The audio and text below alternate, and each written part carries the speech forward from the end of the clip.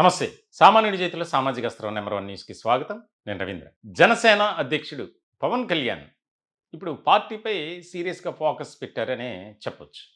దానికి ముఖ్యమైనటువంటి కారణం ఏంటంటే, పిఠాపురం నియోజకవర్గానికి సంబంధించి కోఆర్డినేటర్‌గా, ఇన్‌చార్జ్‌గా ఉన్నటువంటి మర్రెడ్డి శ్రీనివాసరెడ్డి. అతన్ని తనకిచ్చినటువంటి బాధ్యత నుంచి తొలగించారు. ఇంక దాదాపుగా పార్టీ నుంచి అయితే సస్పెండ్ చేయలా. దానికి అనేక రకాల కారణాలున్నాయి. ఇప్పుడు దీని మీద రాష్ట్ర రాజకీయ వర్గాల్లో చాలా ఆసక్తికరమైనటువంటి చర్చే నడుస్తుంది.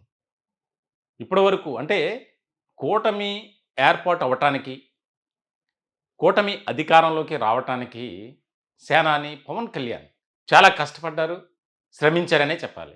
ఇలాంటి తరుణంలో సొంత పార్టీ నుంచి, అలాగే మిత్రపక్షాలైనటువంటి బీజేపీ నుంచి తక్కువ, తెలుగుదేశం పార్టీ నుంచి చాలా ఎక్కువగా ప్రతికూలమైనటువంటి పరిస్థితుల్ని జనసేనాని పవన్ కళ్యాణ్ ఎదుర్కొన్నారు.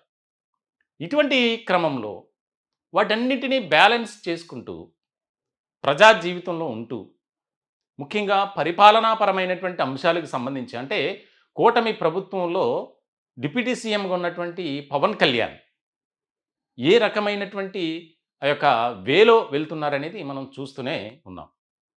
ఎన్ని ఇబ్బందికరమైనటువంటి పరిస్థితులొచ్చినా, ఎక్కడా కూడా ఆయన బ్యాక్ స్టెప్ వేయట్ల. దానికి సంబంధించి అందరినీ సమన్వయపరుచుకుంటూ ముందుకు వెళ్తున్నారు. ఇట్లాంటి క్రమంలో సొంత పార్టీలో కూడా కాస్త భేదాభిప్రాయాలు, వివాదాలు, విభేదాలు, అవినీతి అక్రమాలకు సంబంధించిన ఆరోపణలు ఎక్కువైపోయినాయి. మొట్టమొదటిగా ఆయన నియోజకవర్గం నుంచే ప్రక్షాళన మొదలుపెట్టారు. అసలు కీలకమైనటువంటి పరిణామంగా చర్చ జరుగుతుంది ఇది. అంటే సాధారణంగా పవన్ కళ్యాణ్ గురించి చాలామంది అనుకునేది ఏంటంటే, ఆయన చాలా సాఫ్ట్ నేచర్‌తో ముందుకు వెళ్తారు. పార్టీలో ఎవరైనా చిన్న తప్పు చేస్తే మరొక అవకాశం ఇస్తారు.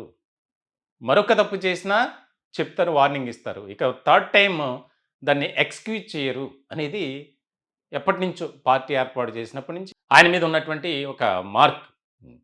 సో, ఇటువంటి సందర్భంలో పిఠాపురం నియోజకవర్గంలో గత కొద్ది రోజుల నుంచి జరుగుతున్నటువంటి పరిణామాలు.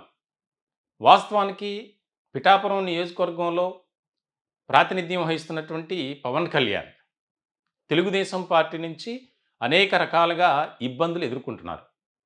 వాటిని తిప్పికొట్టడంలో అక్కడున్నటువంటి జనసేన నాయకులు ప్రధానంగా ఈ మర్రెడ్డి శ్రీనివాసరెడ్డి ఎక్కడా కూడా సక్సెస్ అవ్వలేదు. పైగా తెలుగుదేశం పార్టీ నాయకులతో కొమ్ము కాయటం, వారికి ఒత్తాస పలకడం ఇవన్నీ కూడా జరుగుతున్నాయి అనేది ఒక రకమైనటువంటి ఆరోపణ. తాజాగా ఒక ఏదో కార్యక్రమానికి వెళ్ళినప్పుడు అక్కడ ఉన్నటువంటి స్థానిక మత్స్యకారులు కూడా ఆయన్ను నిలదీసినట్టు అని మనం వార్తలు చూసాం. అనేక రకాలుగా. అంటే ఒక ఏకపక్ష నిర్ణయాలతో పార్టీలో ఉన్నటువంటి క్యాడర్‌ని కలుపుకోకుండా ఆయనకు తోచిందే చేయాలి అనే విధంగా నిర్ణయాలు తీసుకుంటున్నారు అనేది పెద్ద ఎత్తున కంప్లెయింట్స్. అలాగే ప్రభుత్వ శాఖల్లో కూడా ఈయన డిప్యూటీ సీఎం పేరు చెప్పి కొన్ని పనులు చేయించుకుంటున్నారు.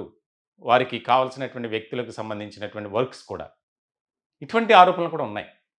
మొత్తానికైతే దాన్ని పూర్తి స్థాయిలో ఎందుకనంటే సొంత నియోజకవర్గం.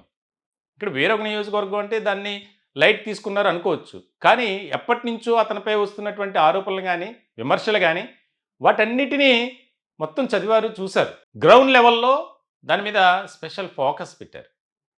ఈరోజు ఏమైందంటే ఆయన్ను ఆ బాధ్యతల నుంచి తప్పించారు.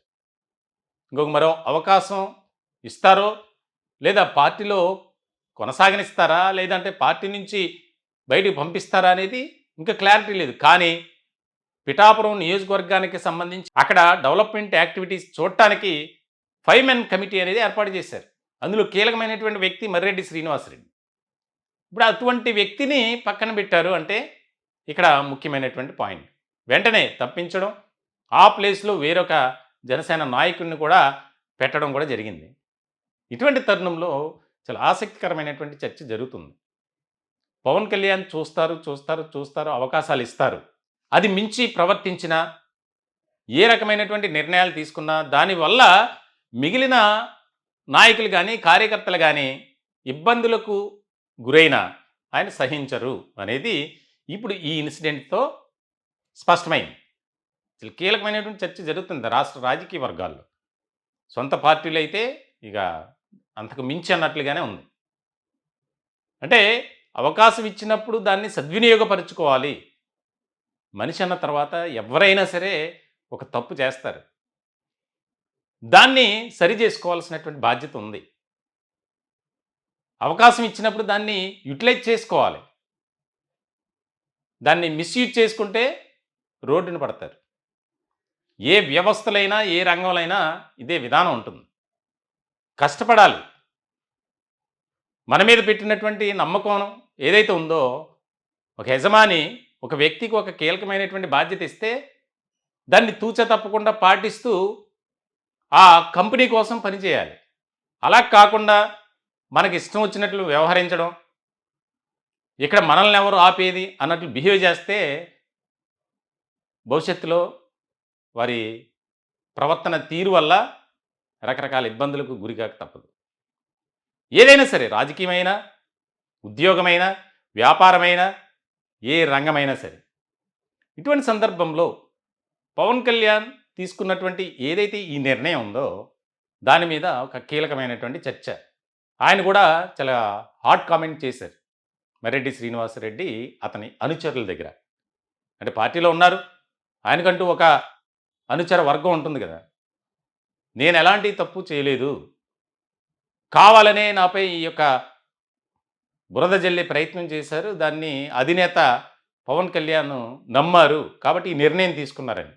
కానీ అది కాదు. వాస్తవంగా అక్కడ జరుగుతున్నటువంటి పరిణామాలు, గతంలో జరిగినటువంటి పరిణామాలు, ఇతనిపై వస్తున్నటువంటి అవినీతి ఆరోపణలు గానీ, అలాగే పార్టీలో ఉన్నటువంటి క్యాడర్‌ని పట్టించుకోకుండా, సమరం సమన్వయపరచకుండా, కోఆర్డినేషన్ అనేది మిస్ అవుతూ, ఇవన్నీ కూడా ఆయన మీద ఉన్నటువంటి కంప్లెయింట్స్. అలాగే ప్రభుత్వ ఆయా డిపార్ట్మెంట్స్‌లో అధికారులతో డైరెక్ట్‌గా టై అప్ అయ్యి ఆ పనులు చేయించుకోవడం, ఈ పనులు చేయించుకోవడం. దానివల్ల పవన్ కళ్యాణ్‌కి ఒక చెడ్డ పేరు వస్తుంది అనేది సొంత పార్టీ నుంచే ఎక్కువగా కంప్లెయింట్స్. అంటే ఇక ఒక రకంగా పవన్ కళ్యాణ్‌కు నేను రైట్ హ్యాండ్ అన్నట్లుగానే ఈ మర్రెడ్డి శ్రీనివాసరెడ్డి వ్యవహరించారు అనేది ఇప్పుడు బయట వచ్చినటువంటి అంశం. మొత్తానికైతే చూసారు అవకాశాలు ఇచ్చారు. ఎక్కడా కూడా మార్పు లేదు. మార్పు లేనప్పుడు ఎవరైనా సరే అంతే. సో, ఇలాంటి సందర్భంలో ఇది ఒక రాజకీయంగా ఆసక్తి కలిగించే అంశంగా చర్చ జరుగుతుంది. జనసేనలో ప్రక్షాళన మొదలైంది.